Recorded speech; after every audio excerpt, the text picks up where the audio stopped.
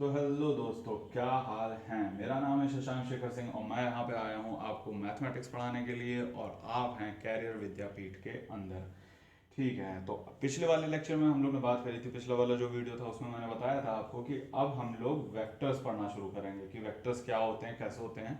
तो चलिए, उसको शुरू करने से पहले मैं ये आपको बताना चाहता हूँ कि काफ़ी बच्चे ऐसे हैं जो कि अभी मेंस पेपर हुआ है और वो देकर आए हैं। तो उन्होंने राजीव सर से बात करी थी जो कि आपको अभी मैथमेटिक्स पढ़ा रहे हैं, और काफ़ी ज़्यादा खुश थे क्योंकि उनके लेक्चर से काफ़ी कुछ 2 या 3 क्वेश्चन स्ट्रेट फॉरवर्ड वहाँ से बने थे। तो आप प्लीज़ जाके उनका लेक्चर चेकआउट करिएगा क्योंकि काफ़ी मेहनत करते हैं वो। और आपको at the end of the lecture आपको कंटेंट भी मिलेगा, प्लस उसके बाद वहाँ पे आपको मोटिवेशन तो मिलेगा ही मिलेगा। तो चलिए, ये तो हो गई अपने लेक्चर्स की बात। और हाँ, मतलब काफ़ी मेरे काफ़ी दोस्त हैं जो कि तैयारी अभी कर रहे हैं। तो उन्होंने बताया कि राजस्थान जेई एक पेपर होने वाला है अभी 1 या 2 मंथ्स के अंदर अंदर। तो उसमें भी क्लास 12 तक के क्वेश्चंस पूछे जा रहे हैं मैथमेटिक्स के। तो अगर उनको ज़रूरत है, अपने दोस्तों से पूछिए, अगर वो ये पेपर दे रहे हैं तो प्लीज़ हमारे चैनल को वो रेफ़र करें और मेरे मैथमेटिक्स को रेफ़र करें क्योंकि हम लोग 12th तक की मैथमेटिक्स उनको पढ़ा रहे हैं। तो चलिए, ये तो हो गया हम सब की बातें, और अब शुरू करते हैं वेक्टर हम लोग। ठीक है, तो वेक्टर के बारे में हम लोग शुरू करते हैं। यहाँ पे देखिए, वेक्टर क्या है कि 2 तरीके के होते हैं, मतलब सॉरी, कोई भी क्वांटिटी होती है वो आप जानते होंगे कि स्केलर होती है और एक वेक्टर होती है, ठीक है ना। तो स्केलर में क्या होता है, आपका मैग्नीट्यूड होता है, सिर्फ और सिर्फ मैग्नीट्यूड होता है। और वेक्टर क्या होता है, आपका मैग्नीट्यूड प्लस आपका डायरेक्शन भी होता है। जैसे कि यहाँ पे अगर मैं स्केलर लिख लेता हूँ, स्केलर, और यहाँ पे आपका वेक्टर हो जाता है, ठीक है ना। तो आपको ये पता है कि स्केलर हम लोग बचपन से ही देखते आ रहे हैं, ठीक है ना। स्पीड हो गया, डिस्टेंस हो गई, कोई भी मास हो गया, प्लस उसके बाद एनर्जी हो गई, जिसमें आपको डायरेक्शन की रिक्वायरमेंट नहीं होती जब आप उस चीज़ को स्पेसिफाई करते हैं। जैसे कि आप किसी भी जगह गए, आपने कारपेंटर की शॉप पे गए, आपने कहा यार पट्टा चाहिए एक, और एक पट्टा एक बल्ली चाहिए हम लोग को, और ये 10 मीटर की दे दो। तो वो 10 मीटर या 10 मीटर आपको डायरेक्शन नहीं पूछता उसमें। तो जो लेंथ होती है वो हमारी, आपकी क्या कहते हैं, वो हो जाती है स्केलर क्वांटिटी हो जाती है। जब आप किसी भी उस पे जाते हो, ठेले पे जाते हो, कोई भी सब्जी वब्जी खरीदने के लिए, तो उसमें आप जो वेट बताते हो, 2 किलो दे दो, 3 किलो दे दो, 4 किलो दे दो, वो मास होता है। तो मास होता है तो उसका भी आप डायरेक्शन नहीं बताते कि वो कहाँ पे है, तो वो स्केलर क्वांटिटी हो गई। तो जितनी भी जिसमें सिर्फ और सिर्फ मैग्नीट्यूड यूज होता है, मैग्नीट्यूड यूज होता है, वो सारी क्वांटिटीज आपकी स्केलर हो जाती हैं। अब देखिए, अब जो भी चीज ऐसी होती है जिसमें सिर्फ और सिर्फ मैग्नीट्यूड से काम नहीं चलता है, आप अगर कुछ भी एक ऐसी चीज हो गई जिसमें मैग्नीट्यूड से काम ना चले, आपको कुछ ना कुछ डायरेक्शन आपको बतानी ही पड़ेगी। जैसे स्पीड है, उसमें डायरेक्शन की जरूरत नहीं पड़ती है, लेकिन आपको वेलोसिटी होती है, वेलोसिटी में आपको डायरेक्शन बताना पड़ता है कि यार किस डायरेक्शन में वो जा रहा है, नहीं तो उस वेलोसिटी का कोई मतलब नहीं रह जाएगा। फोर्स है, फोर्स आपका किस डायरेक्शन में लग रहा है, उस चीज को डायरेक्शन स्पेसिफाई करना बहुत ज्यादा जरूरी हो जाता है, क्योंकि उसके वजह से जो इफेक्ट्स होते हैं वो चेंज होते रहते हैं, ठीक है ना। तो ये चीज आपकी वेक्टर में हो जाती है। जैसे कि वेक्टर क्वांटिटी में आपका आ जाता है मैग्नीट्यूड प्लस यहाँ पे डायरेक्शन, ठीक है। ठीक है, चलिए, ये तो हो गया। अब ये तो बेसिक बात हो गई कि आपको ये बात तो बहुत पता ही होगी कि भाई वेक्टर और स्केलर में आपको क्या डिफरेंस होता है, कि जिसमें डायरेक्शन चाहिए होता है वो आपकी वेक्टर क्वांटिटी हो जाती है, जिसमें मैग्नीट्यूड सिर्फ चाहिए होता है वो आपका वेक्टर क्वांटिटी हो जाती है। चलिए ठीक है, ये तो हमने समझ लिया यहाँ पे। अब आपको थोड़ा सा मैं बता देता हूँ कि भाई डायरेक्शन की जरूरत पड़ती क्यों है यहाँ पे, है ना। कुछ तो रिक्वायरमेंट होगी, कुछ तो ऐसा होगा कि यार डायरेक्शन की जरूरत पड़ गई। हमारा अच्छा खासा स्पीड तो चल रहा था, वेलोसिटी की क्यों जरूरत पड़ गई, वेलोसिटी में डायरेक्शन आ जाता है तो उसकी क्यों जरूरत पड़ गई, जब स्पीड चल रही थी, डिस्टेंस बढ़िया अच्छा खासा था, क्यों डिस्प्लेसमेंट ले आया वहां पे, कुछ तो रीजन होगा तभी ले आए। अब चलिए ठीक है, एक मैं आपको ये पता होगा कि जो फोर्स होता है वो वेक्टर क्वांटिटी होता है। अब बस उसी का एग्जांपल लेके मैं समझाना चाहता हूं आपको कि क्या सीन चल रहा है। अब मान लीजिए जैसे कि 2 केस में लेता हूं, ठीक है। एक ब्लॉक है, थोड़ा मैं यहाँ पे फिजिक्स की मदद लूंगा समझाने के लिए, मैथमेटिक्स है पता है, लेकिन फिजिक्स की मदद थोड़ा सा लूंगा ताकि आपको समझ में आ जाए कि वेक्टर क्वांटिटी क्या होती है, क्योंकि वेक्टर क्वांटिटी में बहुत ज़्यादा कन्फ्यूजन होती है लोगों को। ठीक है, तो मान लीजिए ये एक ब्लॉक है और यहाँ पे एक ब्लॉक मैंने रख दिया।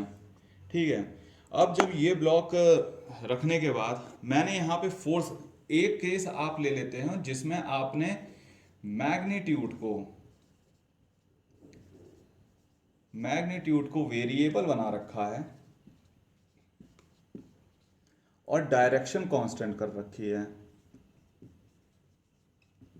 ठीक है ना, वेरिएबल बना रखा है और डायरेक्शन कांस्टेंट कर रखी है। ठीक है, अब आपने यहां पे क्या किया, 50 न्यूटन का फोर्स लगाया। पहला केस ये हुआ कि आपने 50 न्यूटन का फोर्स लगाया और आपको ये पता चला जब आपने एक पुश मारा ब्लॉक को, फ्रिक्शन वगैरह को अभी रहने देते हैं, जब आपने पुश मारा तो ये ब्लॉक जो है वो कहीं यहां पे आके रुका।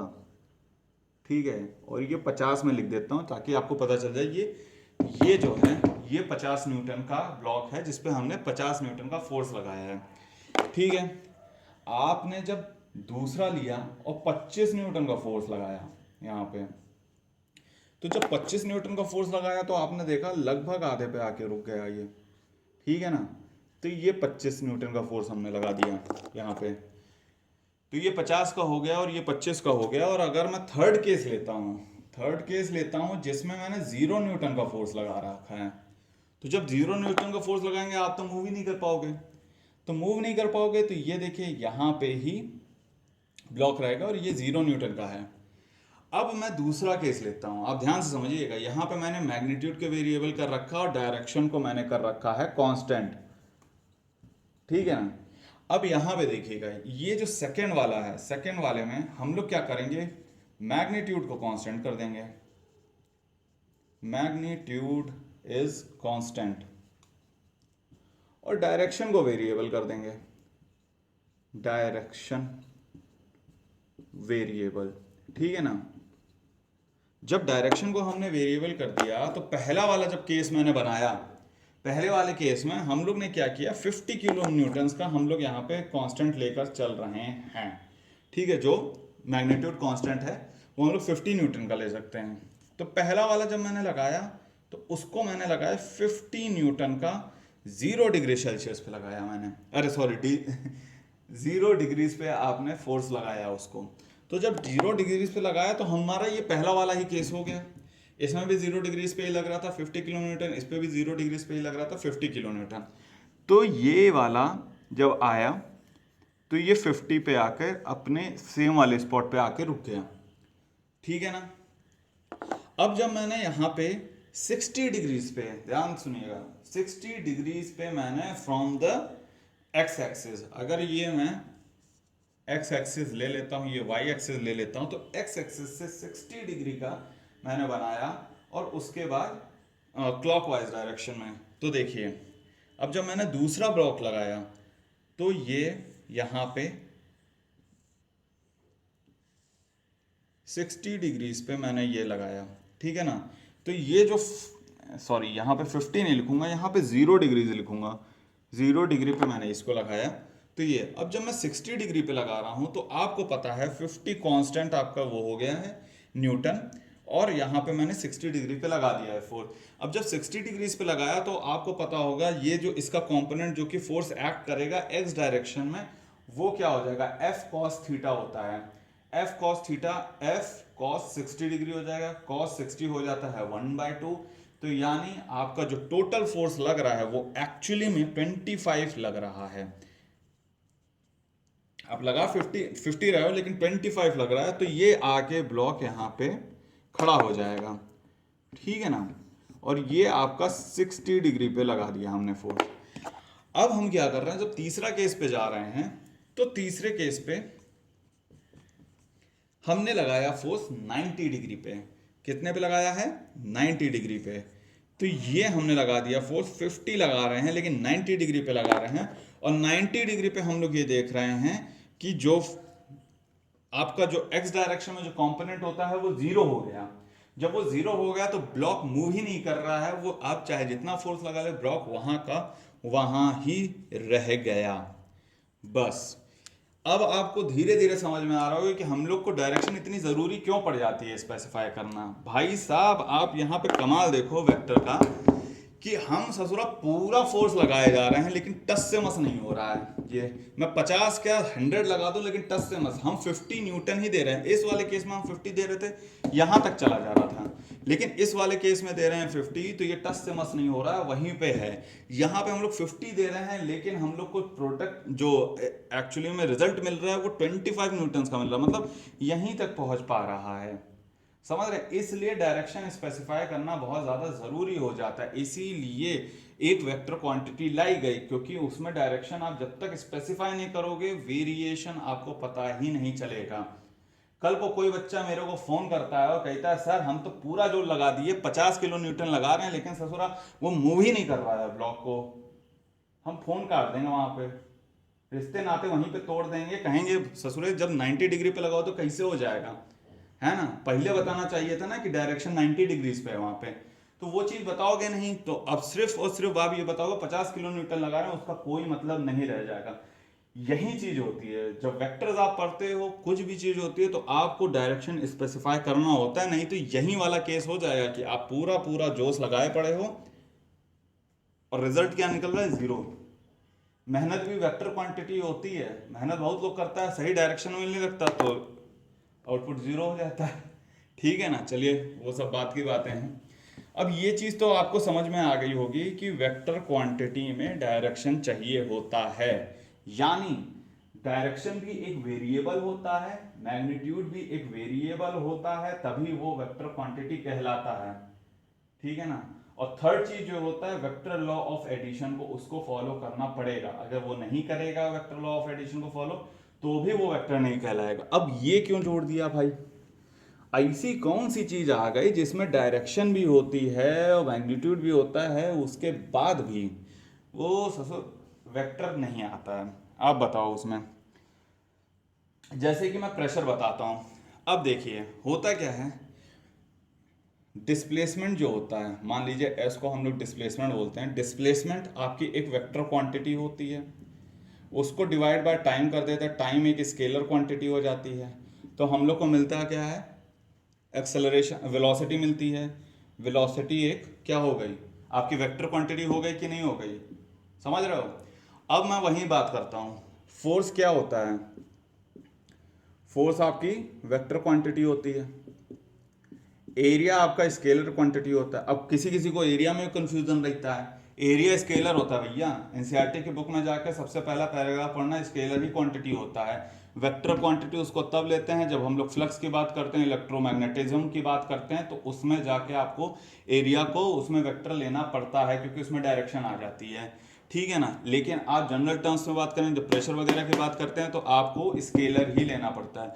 तो यहाँ पे वेक्टर हमने ले लिया है, सॉरी फोर्स हमने ले लिया है वेक्टर क्वांटिटी, और एरिया ले लिया है स्केलर क्वांटिटी। इससे जो टर्म निकल के आती है वो होता है प्रेशर।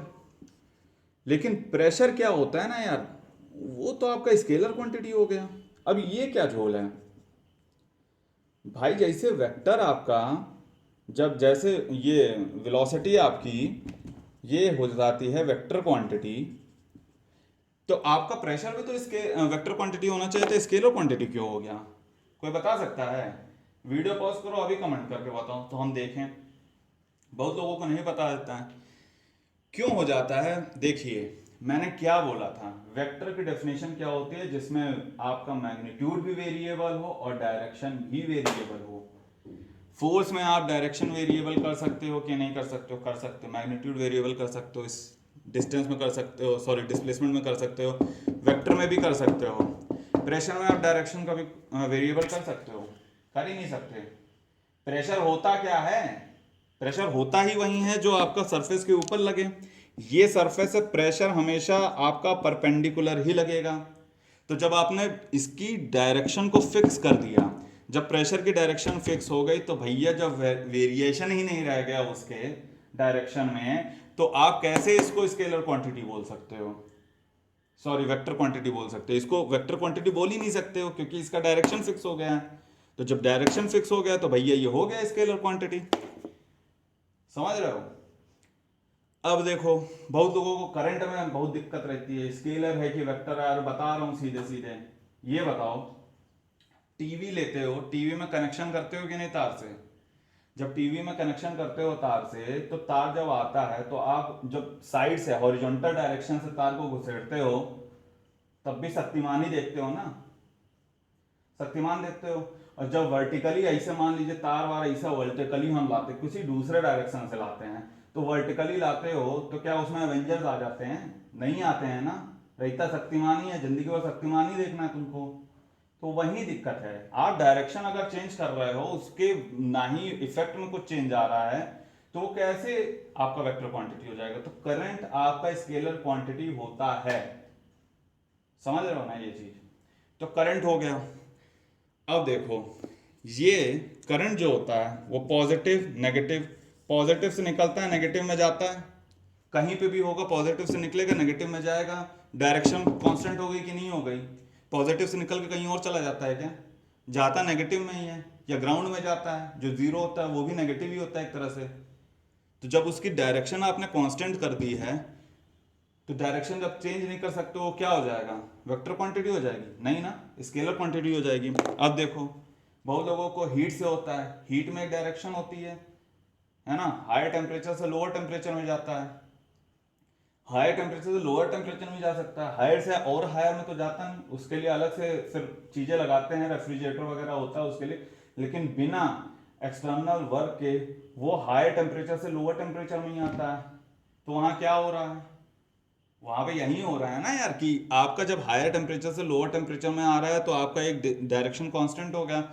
जब डायरेक्शन आप चेंज नहीं कर सकते हो, तो काहे का वेक्टर क्वांटिटी भाई?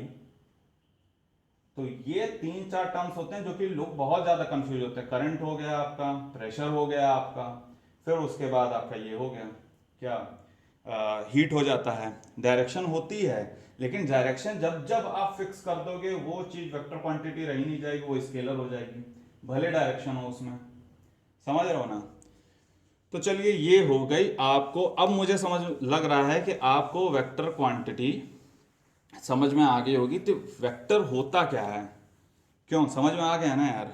बता देना नीचे। वेक्टर समझ में आ गया, उसकी पूरी फिजिक्स समझ में आ गई, उसकी पूरी मैथमेटिक्स अब हम लोग समझने की कोशिश करेंगे कि वेक्टर क्वांटिटी में होता क्या क्या है। तो चलिए ठीक है, अब ये सब तो हो गया। वेक्टर क्वांटिटी को यार डिनोट कैसे करते हैं? ये है, जैसे ए से बी में जा रहा है, ए से बी में जा रहा है, तो जहाँ से इनिशिएट होता है वहाँ डॉट लगाते हैं, और जहाँ को जाता है वहाँ पे बड़ा सा एरो लगाते हैं। तो ये डोनेशन, ये इस तरीके से डिनोट करते हैं। ठीक है, ये डायग्राम हो गया, और डिनोट इसको करते हैं ए बी। और अगर इस वेक्टर का नाम हम लोग ने ए दे दिया, तो इसको इक्वलेंट ए और ऊपर बार लगा देते हैं। ठीक है ना? ये हो जाता है, जो कि ए क्या होता है, उसका मैग्नीट्यूड शो करता है, और बार आपका डायरेक्शन शो करता है। तो ये बताता है कि आपका ये क्या हो गया है, वेक्टर क्वांटिटी हो गई। ठीक है, अब ये चीज हो गई। अब धीरे धीरे जल्दी से हम लोग कुछ कुछ वो कर लेते हैं, क्या कहते हैं, अपने डेफिनेशंस कर लेते हैं, उसमें कुछ है नहीं ज़्यादा।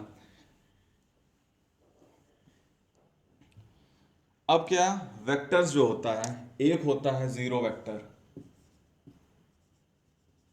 जीरो वेक्टर, जीरो वेक्टर क्या हो जाएगा? जीरो ये लिया, जीरो वेक्टर ये हो जाता है कि आपका डायरेक्शन तो दिया है पर मैग्नीट्यूड जीरो है। डायरेक्शन भी नहीं दिया रहता है, वो भी आर्बिट्री होता है, डायरेक्शन का भी कोई पता नहीं है, मैग्नीट्यूड का भी कोई पता नहीं है, तो वो जीरो वेक्टर हो जाता है। यूनिट वेक्टर आता है दूसरा,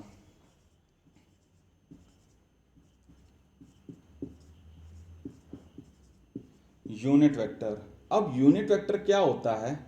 यूनिट वेक्टर वो होता है जो कि जिसका मैग्नीट्यूड यूनिट हो, मतलब वन हो।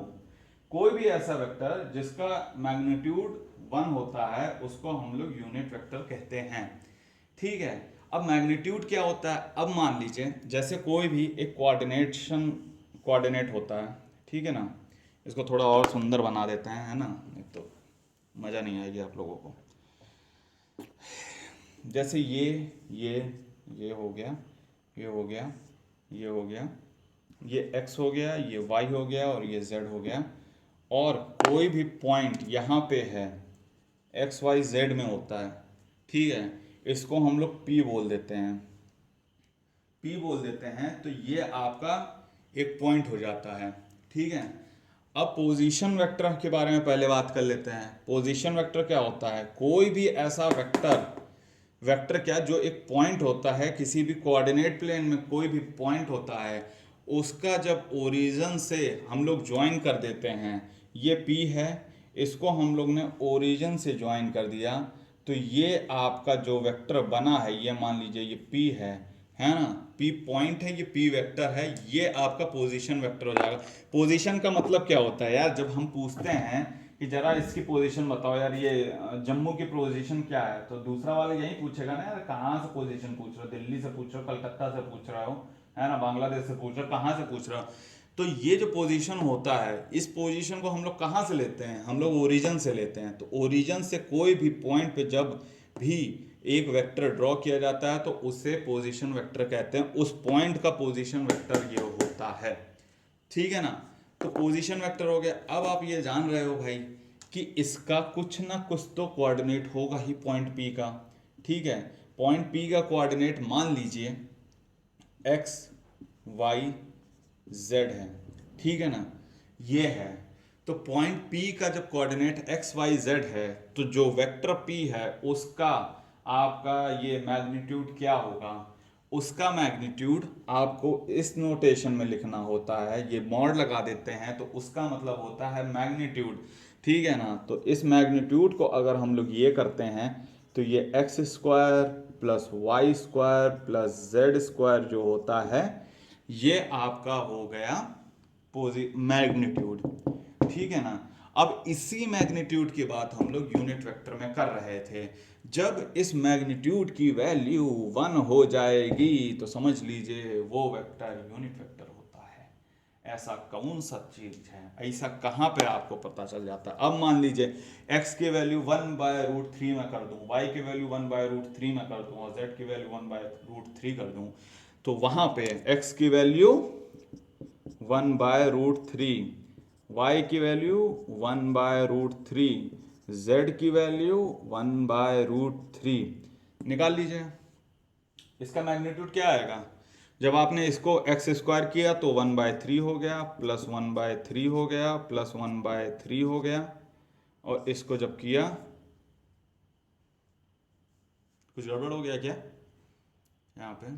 1/3 1, हाँ ठीक है, 1/3 किया तो 3/3 हो गया अंडर रूट, और ये √1 और ये हो गया 1, समझ गए ना। तो ये आपका हो गया यूनिट वेक्टर, मतलब 1/√3। कोई भी ऐसा पोजीशन वेक्टर जिसका P पॉइंट जो होगा 1/√3 1/√3 1/√3, तो वो यूनिट वेक्टर हो जाएगा। ये मत समझ लेना कि यही यूनिट वेक्टर होता है 1/√3। हमने तो इसलिए आसान सा एग्जांपल दे रहे, सीधे सीधे बन जाओ, आपको समझ में आ जाए कि मैग्नीट्यूड कैसा होता है, ठीक है ना। तो ये हो गया आपका यूनिट वेक्टर। एक्चुअली में यूनिट वेक्टर का काम क्या होता है यार? यूनिट वेक्टर का कुछ काम नहीं होता है यार। यूनिट वेक्टर का सिर्फ और सिर्फ काम होता है आपको डायरेक्शन बताने का। आपने देखा होगा कहीं पे इधर उधर देखा होगा, force is equals to 3i cap plus 4j cap minus 10k cap, ठीक है ना। तो ये i j k क्या है? ये यूनिट वेक्टर है। क्या कर रहे हैं ये कुछ कर रहे हैं? कुछ नहीं कर रहे हैं, ये सिर्फ बता रहे हैं i मतलब 3 न्यूटन फोर्स आपका i डायरेक्शन में लग रहा है, यानी x डायरेक्शन में लग रहा है।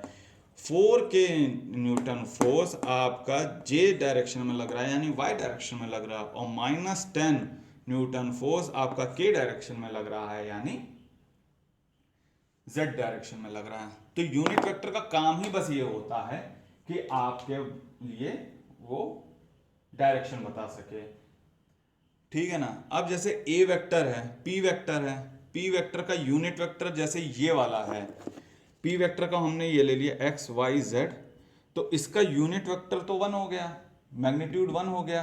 तो उस डायरेक्शन में जब वो शो करता है, जैसे p वाले का यूनिट वेक्टर में जब शो करता है, तो उसको हम लोग p कैप से दिखा देते हैं। जैसे यहाँ i कैप से, j कैप से, k कैप से दिखाया है, उसी तरीके से पी वेक्टर का यूनिट वेक्टर यानी उसी डायरेक्शन में कोई एक ऐसा वेक्टर जिसका मैग्नीट्यूड 1 हो,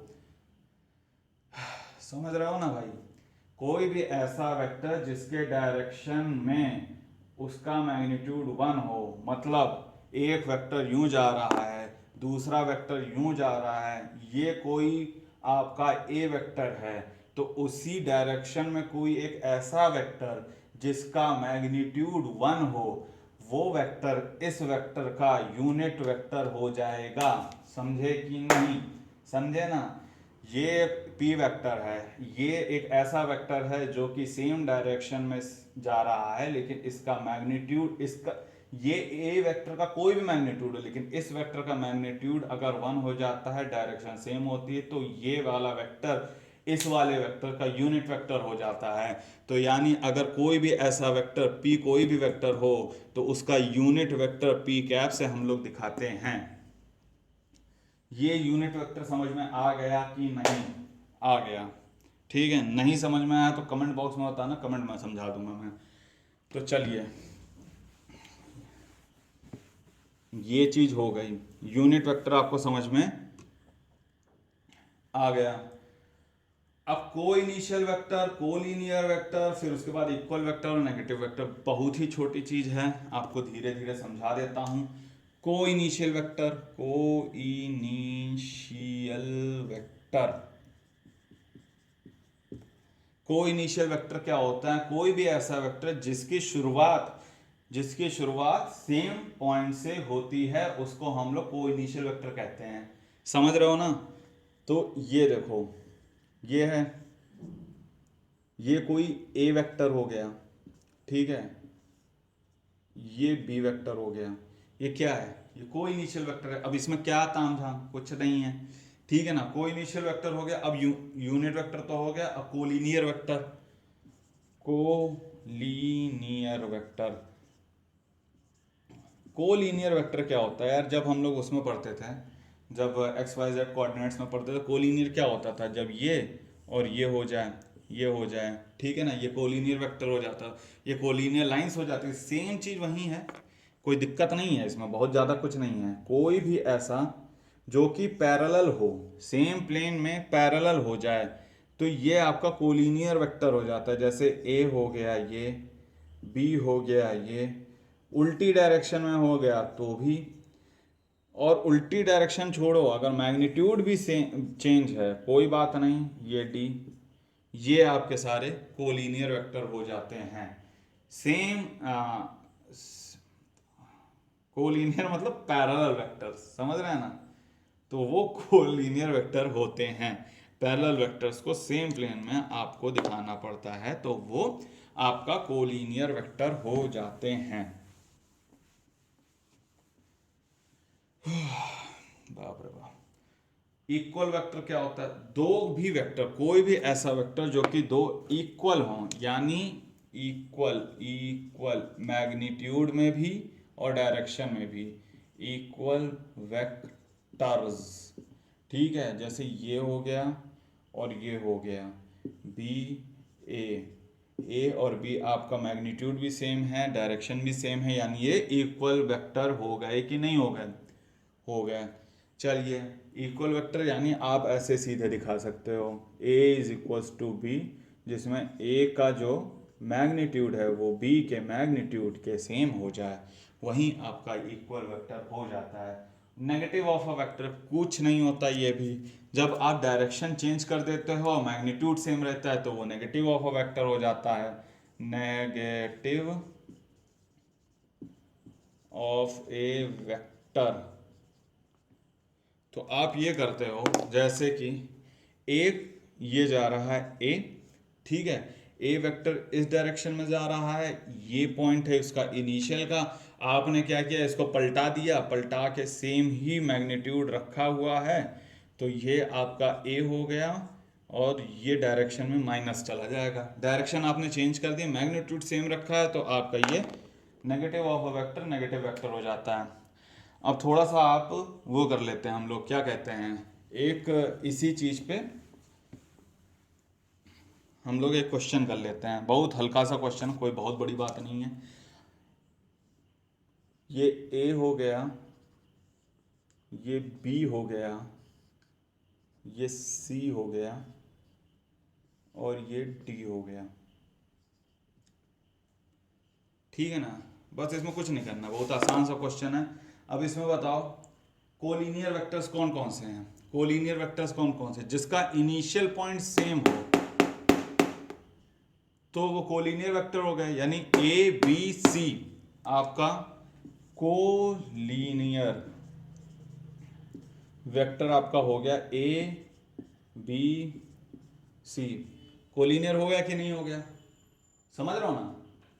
अब इसमें कौन सा है यार तीर मारना। ठीक है, ए बी सी हो गया, ये कोलिनियर हो गया। अब आपको बता देता हूँ ये सॉरी पागल हो गया हूँ क्या मैं, को इनिशियल भैया, ये को इनिशियल होगा,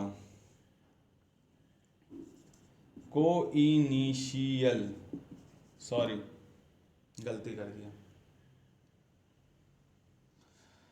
ठीक है ना, तो ये आपका को इनिशियल हो जाएगा। अब आप कोलिनियर वेक्टर बताओ इसमें से, कोलिनियर, तो इसमें से कोलिनियर वेक्टर क्या होगा। कोलिनियर वेक्टर हमने क्या बताया था, कोलिनियर वेक्टर वो होता है जो कि सेम प्लेन में हो और पैरेलल हो एक दूसरे से, उसको हम लोग कोलिनियर वेक्टर बोल देते हैं। तो इसमें डी और ए आपका कोलिनियर दिख रहा है, तो ये डी हो गया, ये ए हो गया।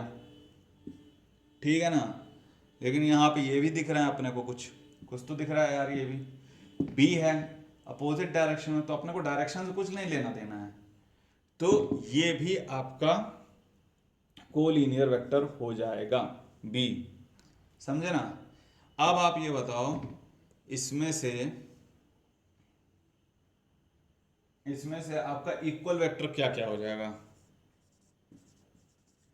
इक्वल वेक्टर क्या हो जाएगा, इक्वल आप देख रहे हो ये और ये आपको इक्वल दिखाई दे रहे हैं, तो ए और डी, ए ए ए ए देखो ना, ए और डी ये दोनों आपके इक्वल वेक्टर हो जाएंगे। समझ रहे हो ना। तो ये सब टर्म्स आपको क्लियर हो गए, कुछ नहीं है इसमें, समझ रहे हो। अगर मैं ये बोल देता हूं इसको -a कर देता हूं, ठीक है, तो ये इसका क्या हो जाएगा, नेगेटिव ऑफ अ वेक्टर हो जाएगा। लेकिन और सब चीज़ों में कुछ चेंज आएगा क्या, कि इसको नेगेटिव ऑफ अ वेक्टर मैंने बता दिया, तो ये सब चीज़ें क्या चेंज हो जाएंगी क्या। ये जो b को मैंने बता दिया, तो अगर मैं इसको -a कर देता हूँ यहाँ पे, इसको यहाँ पे -a कर देता हूँ, तो कुछ चेंज हो जाएगा क्या, कुछ नहीं चेंज होगा। सही है, सब कुछ सही है, बस ये नेगेटिव ऑफ अ वेक्टर हो गया इसका। समझ रहे हो, तो ये चीज़ भी आपको क्लियर हो गई। तो ये चीज आपको वेक्टर्स आपका पहला चीज। अब अगले वाले में हम लोग एडिशन पढ़ेंगे, फिर डॉट मल्टीप्लिकेशन होगा, क्रॉस मल्टीप्लिकेशन होगा, बहुत चीजें होती हैं इसमें, तो वो सब चीजें पढ़ेंगे। तो प्लीज आप लोग पढ़ते रहिएगा, इसको देख लीजिएगा, बार बार देखिएगा, अगर नहीं समझ में आता है और फिर कमेंट में लिखिएगा। चलिए ठीक है, इस वीडियो को अभी यहीं पे ओवर करते हैं। लाइक सब्सक्राइब कर दीजिएगा, जो भी जान पहचान के उनको बता दीजिएगा। Tata bye bye, good night.